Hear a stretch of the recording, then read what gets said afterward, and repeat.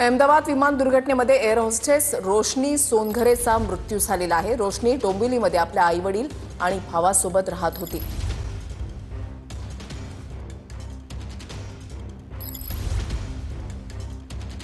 छोटासा middle class family मधली होती आणि सगळ्यात महत्त्वाची गोष्ट 10/10च्या रूम मधून तिची जी जर्नी चालू झाली ती आता ती 1 BHK मध्ये आता ते रेंटने राहतात।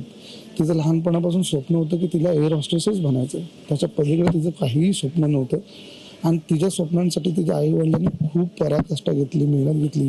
तिच्या आईने तिच्यासाठी घरकाम करणं किंवा खूप तिच्या वडिलांनी देखील खूप टेक्निशियन असून ते देखील खूप काम करायचे आणि 2 मुलांना त्यांनी चांगले शिक्षण दिलं।